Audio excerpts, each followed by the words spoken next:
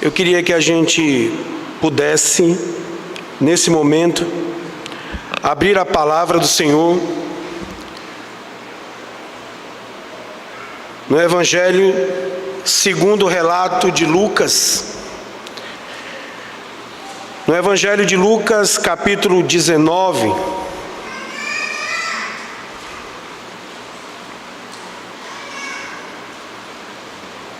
versos de 1 a 10.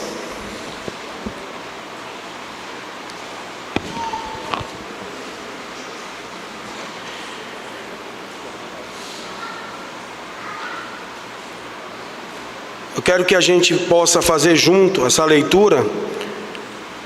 Façamos de modo responsivo. Lerei o primeiro e os irmãos respondem, assim sucessivamente. Zaqueu, o publicano, Lucas 19, de 1 a 10. Entrando em Jericó, atravessava Jesus a cidade. Eis que um homem chamado Zaqueu, maioral dos publicanos e rico, procurava ver quem era Jesus, mas não podia por causa da multidão, por ser ele de pequena estatura. Os irmãos.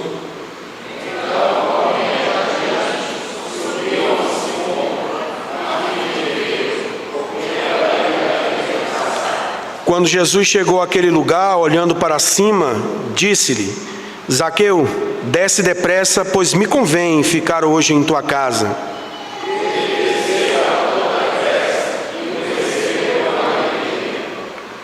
Todos os que viram isto murmuravam, dizendo que ele se hospedara com um homem pecador.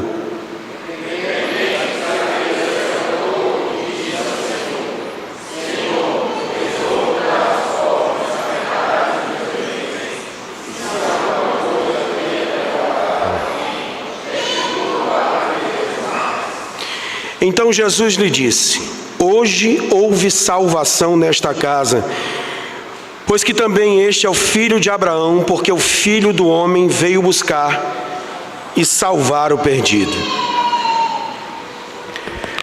Amados irmãos, é sempre uma responsabilidade ímpar estar diante da palavra do Senhor.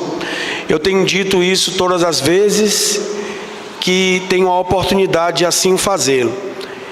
Além de ser uma responsabilidade, é uma honra poder ter a liberdade de se debruçar sobre o ensino, aprender sobre a palavra de Deus e, mais ainda, ser instruído pelo Espírito Santo, pois haverá um dia em que nos faltará esse entendimento, diz as Escrituras. É preciso que a gente busque o Senhor enquanto Ele está perto, enquanto Ele disse que a sua palavra é a sua revelação e o Espírito nos instrui ao aprendizado. Enquanto não chega esse dia, precisamos valorizar oportunidades como essa.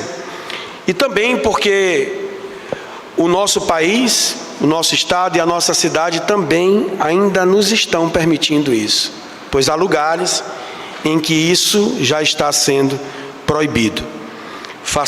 Continuamos nesse entendimento. O Carnaval do Rio de Janeiro está com uma estimativa de 77,8 milhões de reais para ser distribuído entre os grupos folclóricos, escolas de samba, entre estrutura e premiações. Isso são fontes oficiais, pois se considerarmos iniciativa privada e outros investimentos, esses números vão certamente superar. A presença sempre acima de 1 milhão de pessoas em cada agremiação daquela. Será que o nosso estado é diferente? Eu queria dizer para vocês que de menos de 10 milhões de reais investido para o ano passado, nós temos das fontes oficiais para o carnaval do estado do Maranhão, 20 milhões de reais, dos quais somente em premiações, há escolas que receberão 100 mil, 70 mil, 60 mil, de acordo com a sua posição. O que isso tem a ver? Quando você vê investimento em uma festa popular, você arregimenta o quê? Multidão. este ano, no estado do Maranhão, nós temos todos os finais de semana com um calendário lotado de pré-carnaval. Vários artistas estando aqui. Domingo passado tiveram 3 e no retrasado também. Os registros dão conta de 500 mil pessoas no primeiro final de semana do dia 25 de janeiro. No segundo, os registros aumentaram entre 600 e 750 mil pessoas. E alguém vai dizer que está superestimado esses números. Eu diria para vocês que talvez não. Porque não existe só os maranhenses participando da festa, do pré-carnaval e do carnaval. Tem gente do Pará, do Piauí e gente vindo porque a festa é gratuita. A pergunta que eu faço para a nossa reflexão agora é o seguinte: o que esta multidão reunida está procurando nestes locais? O que procuram na Marquês de Sapucaí? O que procuram na litorânea e em seus camarotes? Meu querido Josiel, pegando um Uber na semana retrasada, o motorista conversou comigo e disse que a cidade estava lotada. E nesta circunstância, ele disse que um parente veio do interior e querendo muito ir, acabaram indo para uma dessas festas. E aí eu perguntei, mas aí ele gostou? Ele vai dizer, não, ele encontrou uma coisa interessante lá. Enquanto ele ficava parado e olhando, começou uma chuva de garrafa, de tanta coisa que jogaram. Eu sei que acertou no rosto dele um chinelo. E esse chinelo veio, quebrou o óculos, deixou o hematoma nos olhos e ele saiu rebocado de ambulância. Esse achou um chinelo no rosto, né? E ainda bem que foi um chinelo. Podia ser um instrumento pérfuro cortante, podia ser algo mais terrível. O relato que lemos há pouco no livro de Lucas é uma passagem extremamente conhecida. Quem aqui nunca ouviu falar em Zaqueu, aquele homem que sobe ao sicômoro para ver Jesus? Um texto muito conhecido. A dificuldade de falar sobre um texto conhecido é dizer o que é que não disseram ainda sobre esse texto. A verdade é o seguinte: igualzinho o carnaval, havia uma multidão também lá. Outro detalhe interessante, que é preciso que a gente entenda qual era o contexto, o que estava acontecendo naquela hora, quem eram os personagens. Vamos às sinopses. As letras vão subir para vocês entenderem os atores. Jesus passava pela cidade de Jericó. O seu destino era onde? Jerusalém. Quem estava com ele? Os que acompanhavam, os discípulos. No meio daquela história, muita gente, muito curioso, uma multidão. Certamente não estavam atrás dos 77 milhões do Carnaval do Rio de Janeiro, nem dos 20 milhões do estado do Maranhão, mas estavam atrás de alguma coisa. Pelo menos curiosidade sobre Jesus eles tinham, nem que fosse para falar mal ou murmurar. Tiveram quem fizesse isso. Bom, nessa passagem havia multidão, discípulos, Jesus, curioso, um que subiu, outros que não foram. Era tanta coisa que aconteceu naquela mesma hora, e Jesus manda ele descer, e ele desce depressa, e ele vai para a casa de Zaqueu, e lá a casa de Zaqueu também tem gente. Vocês conseguiram captar comigo quantos pontos de perspectiva nós temos, meu querido Jurandir? O olhar de Jesus, o olhar de Zaqueu, o olhar dos discípulos, o olhar da casa de Zaqueu. Eu queria chamar a atenção para você olhar comigo pela multidão. Eu quero que você junto comigo seja a multidão. Aquela que muitas vezes está contada assim na Marquês de Sapucaí. Aquela que está contada na litorânea. Aquela que está sentada no auditório como eu estou aqui. Nós somos a multidão. Zaqueu saiu da multidão. Muita gente estava na multidão. Quem é você na multidão? Quem sou eu na multidão? Quem somos nós nessa multidão? A cidade de Jericó, sobre ela parava o relato de que era a cidade mais antiga da civilização da época. Para quem não se lembra, Jericó foi a primeira cidade conquistada em Canaã. Quando Josué mete o pé em Canaã com o seu povo, qual é a primeira cidade que ele conquista? Jericó. Muito tempo depois, Jesus está fazendo o quê? Passando por Jericó. O destino era Jerusalém. Detalhe, gente. Você sabe o que ia acontecer em Jerusalém? Alguém sabe me dizer? Jesus estava caminhando para a morte. Alguém já teve a curiosidade de entrar no matadouro, numa fazenda? Já tiveram essa experiência? Gente, acreditem, eu já tive algumas oportunidades e é impressionante como o gado parece que tem um instinto de que ele está indo para o abatedouro. Parece que a tristeza é denotada, não é? E o gado percebe.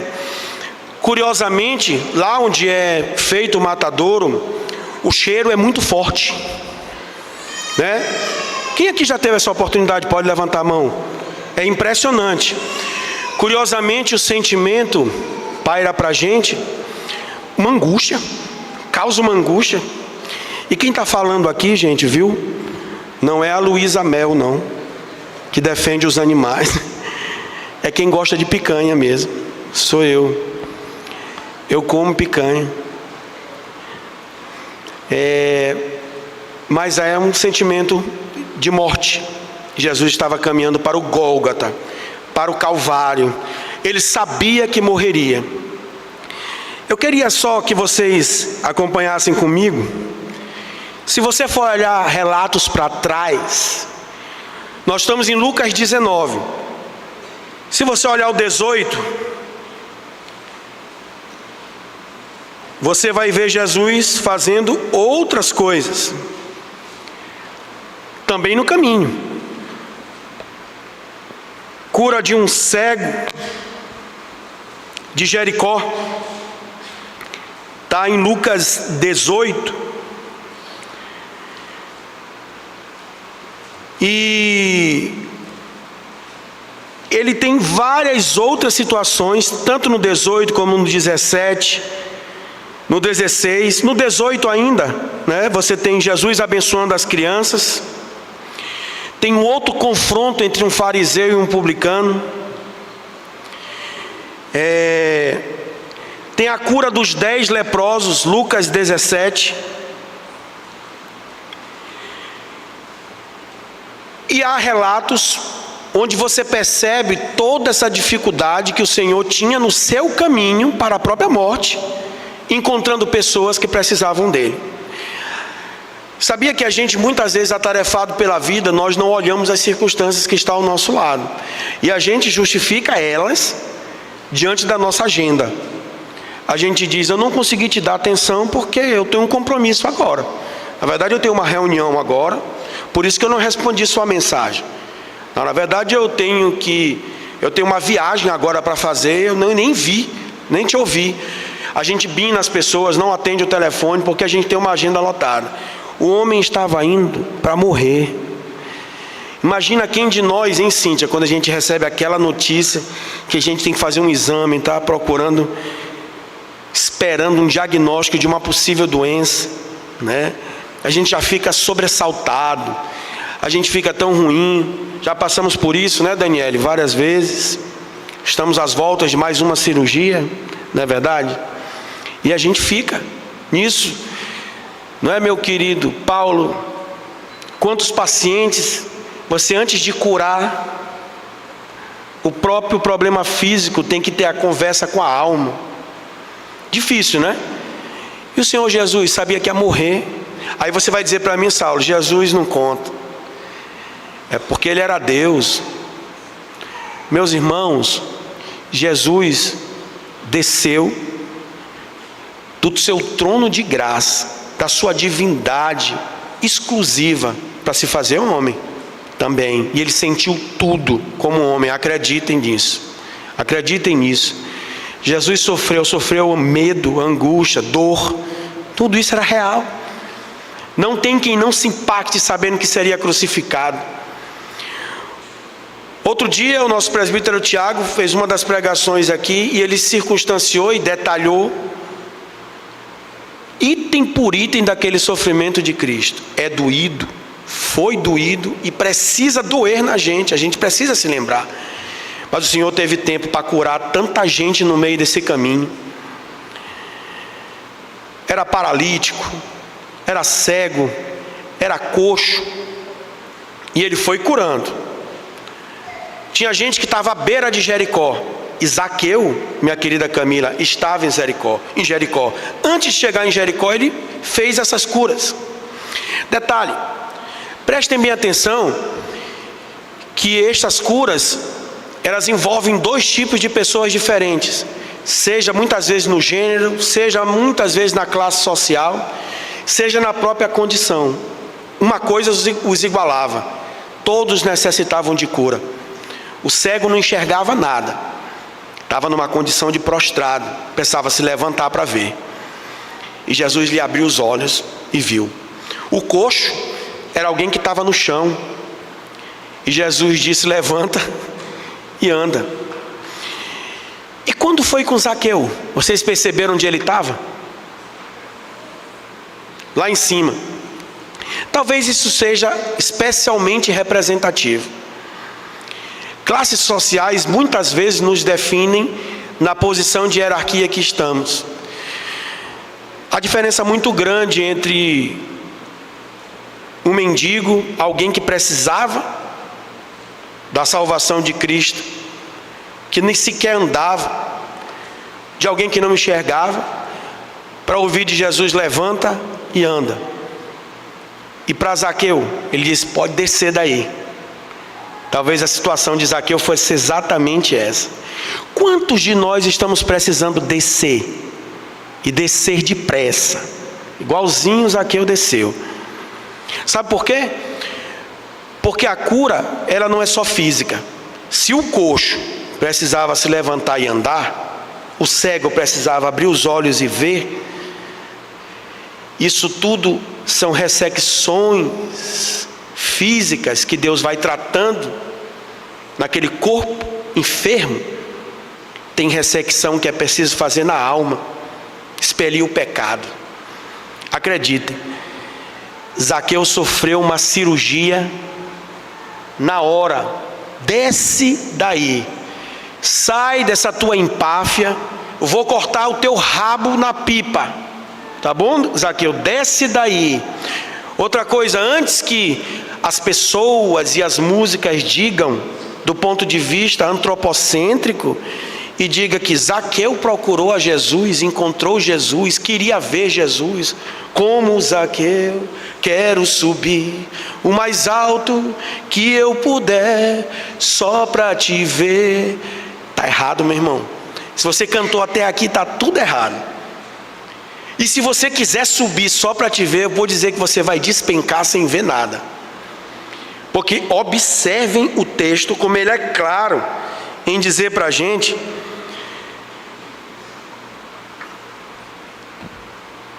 Quando Jesus chegou àquele lugar, isso está no verso 5 de Lucas 19.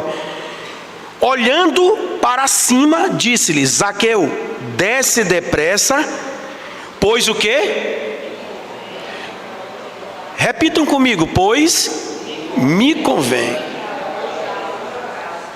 Pergunto a vocês, o texto está deixando dúvida, minha querida professora de português Gisele? Quem é o sujeito dessa oração? É quem propõe a ação. A nossa professora de português está dizendo que o sujeito é exatamente quem propõe a ação. Quem é o proponente desta ação? Jesus Cristo. E a conveniência, minha irmã, na análise morfológica, essa palavra, ela seria uma conveniência atribuída a quem? Ao próprio sujeito, a Cristo. Não é Zaqueu. Não foi conveniente a Zaqueu subir em sicômoro nenhum, em árvore nenhuma. Aliás, conveniência é algo que a gente não vai encontrar nesse texto. Pelo contrário, devia ser absolutamente constrangedor. Porque uma multidão absurda estava ali, e Zaqueu tentando ver: rapaz, eu vou subir aqui. Deve ser complicado, né? Um cara que era quem? Opa! Então, meu querido Eider, ele era um inspetor da Receita Federal de Jericó. Conseguiu entender aí, papai? Ele era um cara da Receita Federal lá de Jericó, meu querido Carlos Guilherme. Exatamente isso. Aí você acha que você vai encontrar na litorânea um cara que não pagou o camarote de R$400 que eu descobri. Eu perguntei para umas pessoas na academia que eu tinha visto: você pagou quanto? E aí, tu teve direito ao quê? Não comeram nada, não tem direito a uma água. O cara se predispõe a pagar R$400 por cabeça para subir num camarote daquele ali. Viu aí, Ângelo? 150 o retiro, R$100 na promoção, dividido de 3 vezes. Bora lá, o retiro é semana que vem. Entendeu? 400 conto para não beber uma água. Disse essa pessoa para mim que ela morava no Barramar, ela leva 5 minutos para chegar na praia. Demorou 2 horas para ela atravessar aqui. Para ver quem, né? Essa multidão está pelo menos procurando ver Jesus, né? Nós estamos procurando ver quem no meio dessa multidão. Quem é você nessa multidão? Quem sou eu? Né? E aí, meus irmãos, dentro dessa situação você percebe que a conveniência era de Cristo. A ele foi conveniente buscar Zaqueu. A questão é o seguinte, meus irmãos: Jericó, como eu contava para vocês, tinha sua importância. Era uma cidade antiga, importante, bela. Aí, quem são os pernambucanos aqui? Quem conhece Recife, além de Tiago e Cíntia? Hein? Também, Carlos Guilherme? Vocês sabiam que Recife é uma cidade abaixo do nível do mar? Né? E que São Luís está acima do nível do mar. E também não poderia ser diferente, né? Porque a gente é uma ilha. Se a gente estivesse abaixo do nível do mar, a gente estava afundado, né? A geografia eu ainda conheço a geografia. Pois é. A cidade de Jericó está a 400 metros abaixo do nível do mar. Talvez geograficamente no planeta seja algo mais baixo já registrado. Meu querido Rodrigo, que esteve em terras arábicas, sentiu um pouquinho daqueles climas lá, né, Rodrigo? Verdade. E Jericó era isso, mas era uma cidade também de palmeiras, sicômoros, tamareiras, muita plantação. Era a cidade veraneio dos reis. Herodes passava as suas férias. Jericó tinha sua importância, né? Alguém se lembra lá para trás o que aconteceu em Jericó antes de Josué tomar a cidade? Quem foi convertido em Jericó, gente? Começa com R. Olá, o retiro está chegando. Vão anotando aí a comissão para fazer a gincana, certo? Raabe, né? Sabe que isso me demonstra que Jericó é sim uma cidade onde o Senhor entregou seu coração para passar e salvar vidas. Raabe foi salva no meio de uma multidão de incrédulos, de idólatras, de pessoas que prestavam culto a Mamon e também a Moloque, porque sacrificavam os próprios filhos dentro da cidade de Jericó. E tudo isso foi desfeito. E o Senhor, quando tomou Jericó, através das mãos e da direção de Josué, disse para ninguém pegar nenhum despojo daquele lugar. Logo depois vocês sabem o que aconteceu, né? Alguém desobedeceu. Como era o nome dele? Gincana bíblica. Com a letra A. Adão? Não, Acã. Acã pecou, levou para a tenda dele um despojo que não era para levar. Resultado, acabou morrendo ele e a família dele todinha. O salário do pecado é a morte. Jericó esteve no caminho das bênçãos de Deus o tempo inteiro. Vocês viram as crianças que não são mais crianças, já estão com o pé na adolescência cantando aqui para a gente. Muito obrigado, Julinha, Vitória, Ana Clara. E teve uma criancinha também, né? Como era o nome dela que estava aí? Pois é. Vocês atentaram para a musiquinha? Jesus Cristo está passando por aqui. E quando ele passa, tudo se transforma. A tristeza vai e a alegria vem. Tem tudo a ver com o que a gente está falando aqui. Quando Jesus passou por Jericó, muita tristeza se foi e algumas alegrias vieram. E acreditem, gente, no relato bíblico, somente 2, né? Teve a cura desse coxo, né? E do cego que estava à porta. Mas teve também a de Zaqueu, em posturas diferentes. Um estava à beira da cidade de Jericó, outro estava dentro. Um precisou se levantar, outro precisou descer. E a gente percebe que Jesus não faz acepção de pessoas. No meio da multidão tem sempre aqueles que ele vai buscar. Quem é você no meio dessa multidão? O Senhor já botou a mão na sua casa? O Senhor já te olhou?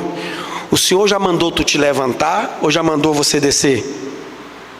São perguntas que a gente deve se fazer, porque estamos na multidão. Quando Jesus passou por Jericó, era a última vez, porque ele morreria em Jerusalém.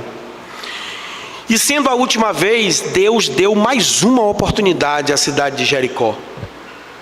Porque por onde Jesus passa, a oportunidade é divina. Ele não passa incólume, ele não passa sem ser percebido, ele nem passa sem o seu poder ser direcionado a alguém. Vocês se lembram da mulher do fluxo de sangue?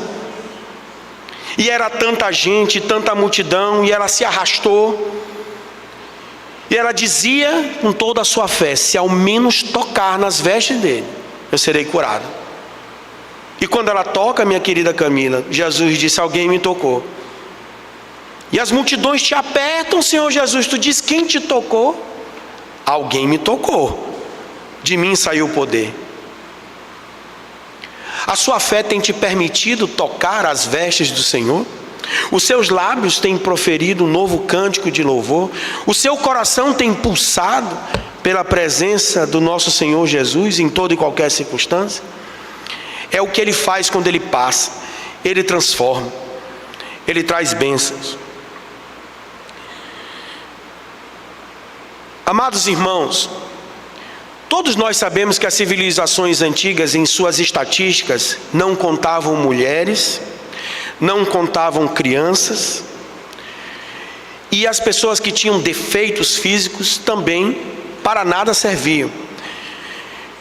Queria situar vocês que quem escreve o Evangelho de Lucas é Lucas, assim como também escreveu o livro de Atos. Isso na maioria do consenso dos intérpretes e teólogos. Queria dizer para vocês que Lucas não estava contado entre os 12. Ele foi alguém que acompanhou o ministério de Paulo, fiel companheiro, e estava escrevendo um relato, não de um ponto de vista ótico, de que ele tivesse percebido e vivido, mas foi alguém com extremo cuidado para registrar os fatos bíblicos. Lucas foi atribuído muitas habilidades para ele, até pintura foi atribuída para ele, mas ele é muito conhecido como médico amado, alguém que conhecia muito as ciências médicas. Tanto é que no seu relato evangelístico ele fala de várias curas. Então foi do leproso, foi do paralítico, foi coxo, foi cego. Mas prestem atenção que o registro de Zaqueu, meus amados irmãos, é também uma cura. Ali houve cura. Zaqueu sai do estado letárgico de depravação total e é alvo da graça irresistível de Deus. Ele se depara com a expiação que é limitada, porque havia uma multidão, mas todos foram salvos? O relato bíblico nos dá certeza de que apenas 2 estavam ali, inclusive Zaqueu. A expiação é limitada. E ao final, quando ele responde ao Senhor Jesus sobre dar aos pobres, restituir e ter a sua casa salva, Zaqueu dá exemplos da perseverança dos santos. Vejam que a doutrina bíblica está na cara. E o Senhor Jesus é quem promove, porque é Ele que convém, como foi lido aqui. Meus irmãos, por que eu falei das estatísticas? Porque quem estava na cabeça das estatísticas eram o quê? Meus queridos de preto e todos os outros que estão aqui, eram homens. As estatísticas eram destinadas aos homens. A contagem era dos homens. Quantos saíram da escravização do Egito? Aí contava a cabeça. E o registro bíblico vocês encontram do ladinho assim, ó. Isso sem contar as mulheres e as crianças. Lembram-se bem como era assim? Pois é. Sabe de uma coisa? Antes de você pensar que isso é exclusão, misoginia ou qualquer ato de machismo barato, prestem atenção que isso dá para todos os homens de lá e de agora também um senso de responsabilidade, meu querido Antônio. Porque é o seguinte, homens eram contados porque a casa deles precisava ser contada a partir da cabeça deles. Os homens são responsáveis pelo seu lar. Quando Jesus disse, sai daí, desce daí, me convém ficar na tua casa, abre tua casa, porque eu estou indo lá. É porque para Zaqueu comandar a casa dele, abrir a casa dele e sentar todo mundo da casa dele lá. Sabe o que a gente faz como homens muitas vezes? Se alguém diz, rapaz, ei Saulo, bora tomar um café com pão lá essa semana, o pastor disse para mim, aí eu vou dizer para o pastor assim mesmo, pastor, só um minuto, eu tenho que falar com Daniele. Tem um colega meu que diz assim mesmo. Eu convidei ele para vir aqui, ele disse, rapaz, eu vou perguntar para minha esposa se eu quero ir. Aí ele mandou uma mensagem para mim, eu já falei com ela, minha esposa disse que eu quero ir. Não assumimos responsabilidades. Os homens precisam saber que eles são os primeiros a serem contados na multidão. São eles a quem o Senhor vai requerer a responsabilidade dele, da própria casa, dos filhos, de todo mundo. Você, homem, tem que saber o que você está fazendo na multidão. Quem é você na multidão? Quem sou eu na multidão? Quem somos nós no meio dessa multidão? Veja bem, haviam obstáculos tantos nos comentários do reverendo Hernandes, ele faz muito isso, comentando esse sermão. Ele fala de várias dificuldades que Zaqueu propriamente enfrentou para se encontrar com Cristo, né? Observem, o texto dá clara para a gente logo a situação da profissão. A profissão ela já era um embaraço. Sendo funcionário da Receita Federal de Jericó, alguém gosta de receber algum auditor, algum fiscal da Receita para cobrar um imposto? Dizemos por aí, né, Carlos Guilherme, que o governo é o maior sócio do empresário. Não é isso? Os empresários sabem bem, quando chega dia 20, aqueles DARFs sendo emitidos, é para desesperar, não é? Duríssimo. Ora, gente, imagina naquela época. Gente, era claro que Zaqueu, como publicano, ele era um coletor de impostos. Mas ele não só coletava impostos para o Império Romano, ele extorquia o povo. Podemos dizer que Zaqueu era um legítimo ladrão. Zaqueu roubava. E vou dizer mais, no sentido jurídico da palavra, minha querida irmã Lúcia. Porque roubar é diferente de furtar. Para quem não sabe, o furto é você subtrair coisa de outrem sem emprego de violência ou grave ameaça. Olha o estudante de direito repetindo ali comigo. O roubo é exatamente o elemento a mais. É você subtrair ou tirar alguma coisa de alguém com o emprego de violência e grave ameaça. Acreditem, era o que Zaqueu fazia. Quando ele faz a extorsão, quando ele utiliza a cavalaria, e quem mais estava a seu favor para tomar a mais? Se na empresa do irmão X ele precisava pagar 2x de imposto, Zaqueu chegava, 2x para César e x mais 1 para mim. Sabe aquele desenhozinho do tio Patinhas? Alguém já conhece o tio Patinhas? Quem conhece o tio Patinhas?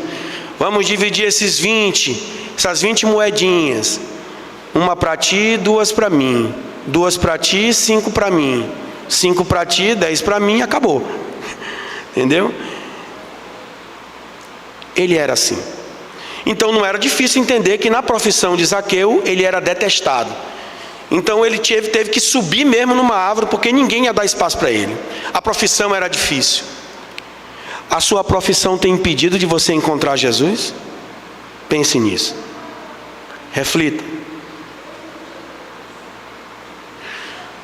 Eu conheci uma pessoa há um tempo atrás, e ele era uma liderança na igreja dele, e ele trabalhava com locação de mesas de bilhar.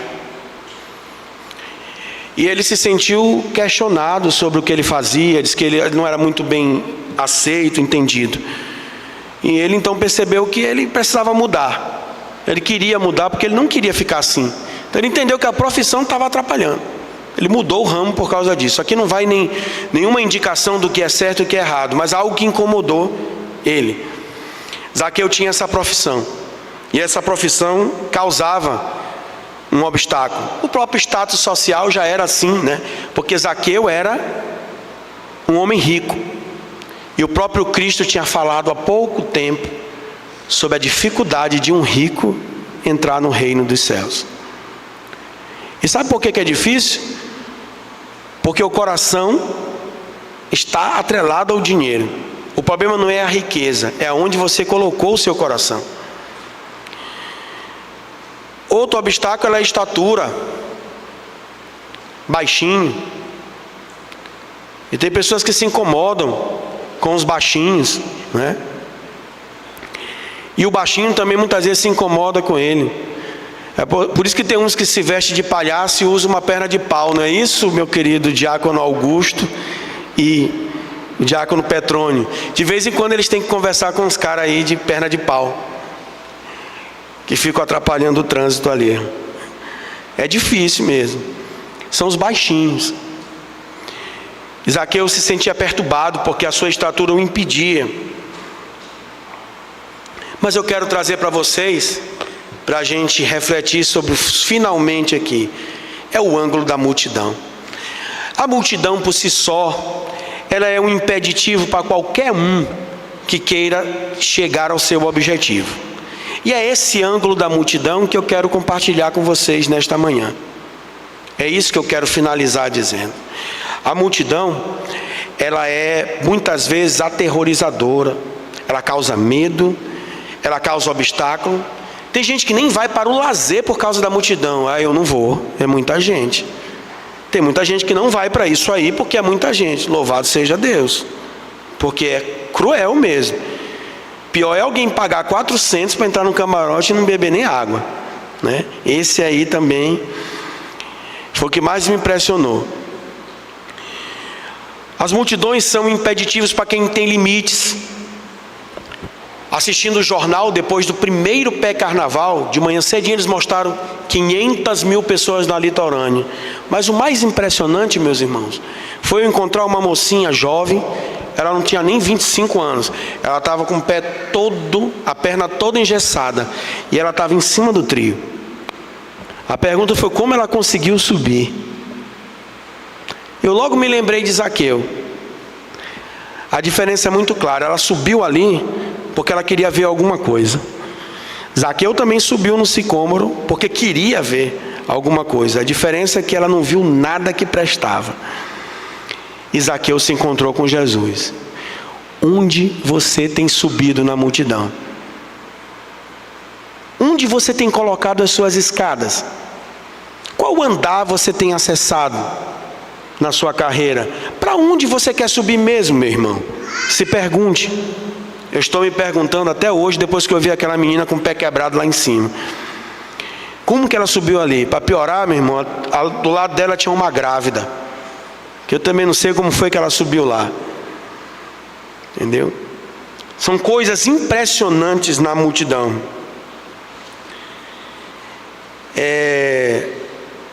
Eu queria ler com vocês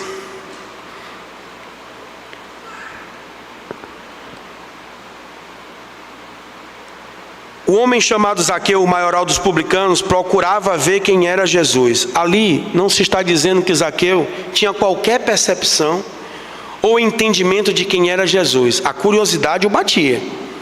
Mas os atos de salvação vêm todos da soberania de Deus e da passagem de Jesus por aquela cidade. A multidão era o seu maior impeditivo. O texto, no versículo 3, diz: procurava ver quem era Jesus, mas não podia por causa da multidão, por serem de pequena estatura. Você na multidão tem sido quem procura Jesus ou quem atrapalha quem quer ver Jesus? Veja que os registros bíblicos dão conta de um ai imenso para quem fizer os seus pequeninos tropeçarem. Não seja pedra de tropeço na multidão.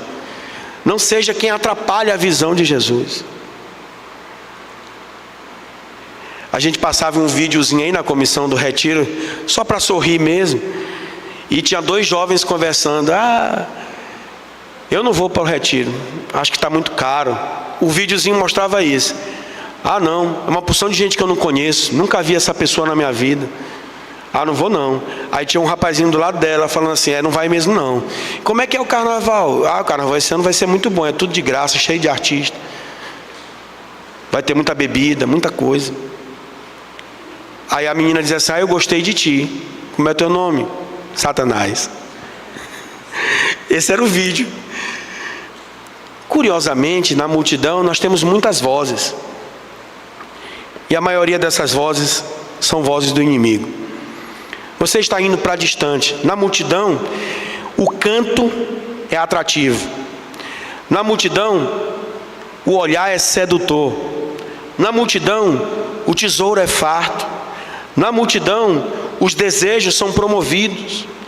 Na multidão, a velocidade com que você consegue as coisas é instantânea. Na multidão, as promessas são encontradas. Você quer beber, não tem R$1, mas para a bebida aparece na tua frente. É incrível.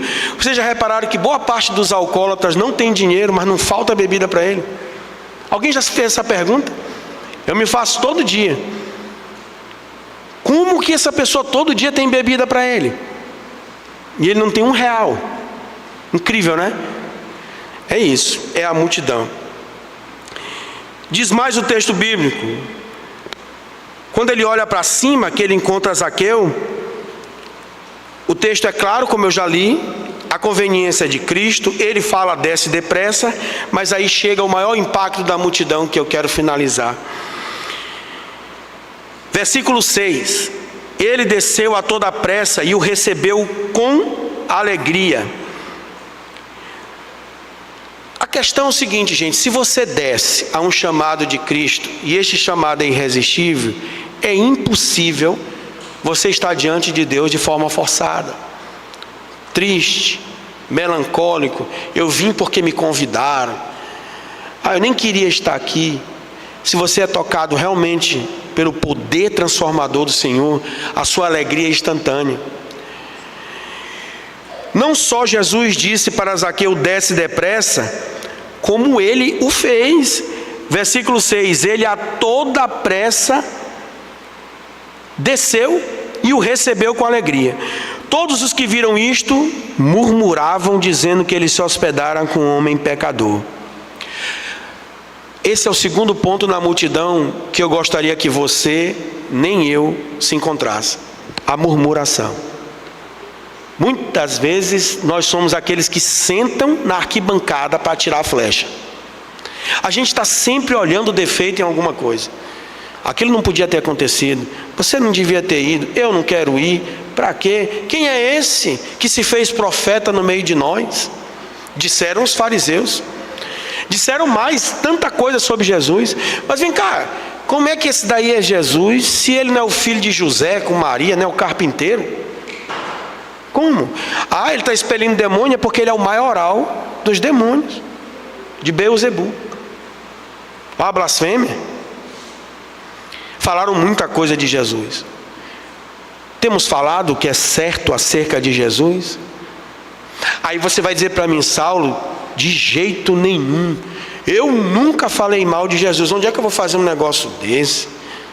Jamais. Eu creio em Jesus Cristo, eu oro, faço minha pregação.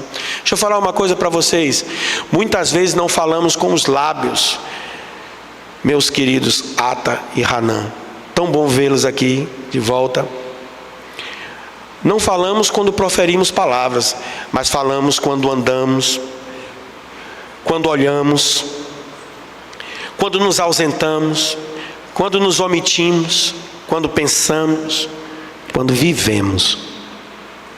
A nossa vida fala mais alto do que o verbo. Eu vou repetir para vocês: a nossa vida fala mais alto do que o verbo. Os nossos passos dizem mais sobre nós do que o nosso discurso. O que de fato somos é muito maior do que o que dizemos ser.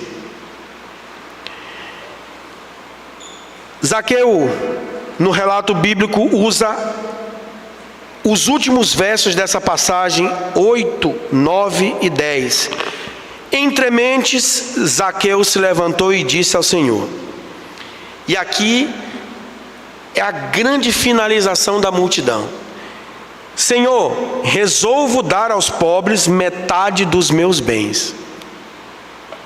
Eu caminho com vocês agora para 3 aplicações fantásticas no texto lido.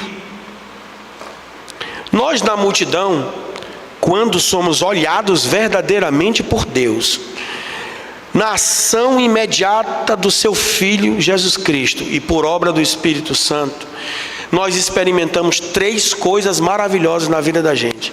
Somos alvos de doação, somos alvos de restituição e somos alvos de salvação. Observem que o texto vai dizer para a gente essas 3 verdades. Zaqueu era um cara que amava o dinheiro, tanto que ele o extorquia. E estava cheio de riquezas acumuladas ilicitamente, porque ele não só recolhia e coletava os impostos do Império Romano, mas recolhia para si, no caixa 2, certo? Ele comprava umas ações master, top, sem trocadilhos, e colocava no caixa 2. E sabe quando Jesus tocou na vida de Zaqueu, querida Débora? Ele foi lá no caixa 2 e se desfez dele. É ou não é salvação? É ou não é transformação por completo na vida? Sabe por que eu aprendi quando era adolescente com o pastor Antônio? Ixi, pastor. Eita. Que arrependimento é você se mudar de atitude, não é só sentir tristeza. Porque Zaqueu podia, Tiago, nessa hora agora, dizer assim: cara, eu estou muito triste pelo que eu fiz com o povo. Na verdade, eu era péssimo como coletor de impostos. Eu tomava o dinheiro que era do imposto, mas ainda tomava para mim. Coitado desse pessoal. Que Deus os abençoe. Amém. Não. Zaqueu foi lá no caixa 2 e disse: eu vou dar metade de tudo que eu já conquistei aqui.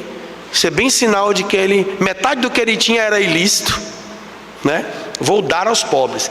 Ele deu gratuitamente. Agora, observem o que aconteceu com a multidão. Alguém já parou para pensar nisso?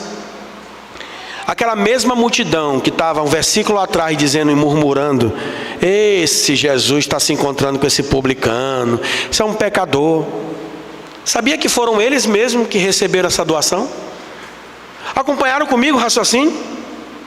Vou voltar. Se Zaqueu disse ao Senhor Jesus: resolvo dar metade dos meus bens aos pobres, isso é sinal que aqueles pobres estavam no meio daquela multidão, não estava não? Tinha muita gente de Jericó ali. E se Zaqueu os roubava e coletava impostos deles, meu querido, foram eles mesmos que receberam essa doação. Sabe o que é isso? Graça comum. A mesma chuva que caiu na cabeça de Zaqueu e daquele cego e do coxo e de tanta gente, caiu na cabeça daquela multidão que murmurava. Está vendo o murmurador? Foi por causa da bênção de Jesus que Zaqueu agora está te devolvendo o que roubou de ti. Sabe quantas vezes a gente recebe o que roubaram da gente, Ana Lídia? Ana Lídia teve um fone aí, furtado dela, caríssimo. Nunca. A polícia, nada, ninguém restitui nada. Mas a graça de Cristo promoveu aí doação. Eu resolvo dar. Deu aos pobres. A multidão, sendo abençoada. Você tem sido abençoado na multidão? Será que Jesus Cristo está passando por aqui? Está passando em nossa cidade? A quem Jesus tem olhado na multidão na litorânea? Será que ele olhou para aquela mulher do pé quebrado? Para a grávida? Quem o Senhor Jesus quer resgatar? Quem o Senhor Jesus quer dizer levanta e anda? Abre teu olho e enxerga. Você foi alcançado nessa multidão? Pois é, Zaqueu foi alcançado e a bênção transbordou. Zaqueu mudou de vida e resolveu dar aos pobres metade do que ele tinha. Logo depois da bênção da doação, os murmuradores da multidão conseguiram não só a doação, como conseguiram o quê? E se em alguma coisa tenho defraudado alguém, restituo 4 vezes mais. Agora a multidão não só era agraciada, meu querido Tato, pela doação, agora é pela restituição. Poxa, Ana Lídia, te roubaram um fone, te furtaram um fone, foi furto. Não houve emprego de violência e grave ameaça. Surrupiaram. Então, se tu estivesse na multidão do Zaqueu, tu ia receber mais 4 fones desses, né? Porque ele restituiu 4 vezes mais. Tudo que Zaqueu tomou do meio daquela multidão, ele restituiu 4 vezes mais. Não só a multidão foi abençoada com a doação, como agora ela estava recebendo uma restituição. Temos sido restituídos na multidão que frequentamos, na multidão que nós estamos inseridos. Sabe um exemplo de pessoa que recebeu uma das maiores restituições bíblicas? O nome dele tem só 2 letras. Quem é ele? Olha aí, o pessoal está afiado na gincana. Foi Jó. Jó perdeu tudo, gente. Perdeu tudo. Mas lhe foi restituído também. O Senhor promoveu isso na vida de Jó. Nós, quando estamos no caminho por onde Jesus passa, quando Ele passa, tudo se transforma. A tristeza vai, a alegria vem. Ele vem trazendo bênçãos para Zaqueu e para mim também. E para você também. É o que diz a música. A multidão experimentou a bênção da doação, da restituição. E agora ao final, ele disse: então Jesus concluiu: hoje houve salvação nesta casa, pois também este é filho de Abraão, porque o Filho do Homem veio buscar e salvar o perdido. Não só ele foi objeto da doação, da restituição, como estava sendo objeto da salvação. A pergunta é o seguinte, meus irmãos: no investimento de 77 milhões do Carnaval do Rio de Janeiro, no investimento de 20 milhões do Carnaval do Estado do Maranhão, sempre há multidão, sempre há gente demais. Onde nós estamos no meio dessa multidão? Historicamente, nós temos exemplo de multidões que foram dizimadas pelo poder de Deus, e outras que foram preservadas. Uma multidão que foi dizimada no tempo de Noé. Noé pregou e avisou. Ninguém foi com ele senão sua família. E todos pereceram nas águas do dilúvio. Uma multidão foi embora porque não ouviu a voz de Deus. Outra multidão, 2 cidades. Quem? Sodoma e Gomorra. Foram dizimadas, somente Ló e suas 2 filhas. Porque a mulher resolveu fazer o quê? Olhar para trás. Também ficou. Multidão dizimada. Multidão preservada. Uma das pregações mais sem graça talvez foi a de Jonas. Mas uma cidade inteira se converteu. Isso para mostrar o quê? Que quem convence o homem do pecado e do juízo é quem? É Deus. É o Espírito Santo que faz a obra. E Ele está aqui, meu irmão, para fazer a obra na sua vida. Jesus Cristo não passa incólume, a sua presença é benfeitora. Se Ele está passando por aqui, Ele tem grande obra na sua vida. Abra o seu coração, porque Ele te resgata da multidão. Seja para fazer você levantar da onde está, ou seja para fazer você descer da onde você pensa que está. Eis a grande verdade. Ouçamos a voz do Senhor na multidão que nós estamos. E tenhamos a capacidade de perceber que Ele nos doa. Nós somos objetos de doação. Nós somos objetos de restituição. E nós somos objetos da salvação. Não sabemos se tiveram mais pessoas impactadas naquela multidão com os atos que Jesus promoveu na vida de Zaqueu. Mas pelo menos 2 tiveram, diretos, o que foi curado à beira da cidade de Jericó e Zaqueu lá de dentro de Jericó. Mas uma coisa é verdade, choveu para ímpios e para justos. Porque pessoas receberam doação de um dinheiro que nunca viram na vida. Pessoas foram restituídas daquilo que lhes tinha sido tirado. E pessoas testemunharam a salvação na vida de alguém que era pecador. E agora foi lembrado como filho da aliança, porque Jesus disse, aqui houve salvação. Não só para ele, mas para sua casa. E disse mais, este verdadeiramente é filho de Abraão. Ou seja, Jesus lembrou a aliança. Isso é fortíssimo. Somos filhos da aliança. E eu peço que a gente possa orar nessa hora e pedir ao Senhor que, como homens, pastor, a gente possa se lembrar que nós somos responsáveis pela nossa casa, pela nossa família, pelas nossas esposas, pelos nossos filhos, pela igreja do Senhor. Os homens precisam entender que são os primeiros a serem chamados no meio dessa multidão. E que assim como Zaqueu, pastor, a gente possa descer depressa, ou levantar correndo, e fazer a obra que o Senhor quer de nós. Eu peço sim, que você possa se levantar, homem, de onde você estiver, e se você de alguma forma deseja que o Senhor impacte sua vida nessa hora, você possa se levantar, e eu peço ao pastor que faça essa oração final, pedindo ao Senhor que nos abençoe grandemente, como fez com a vida de Zaqueu e com a vida de todos que estavam no meio daquela multidão.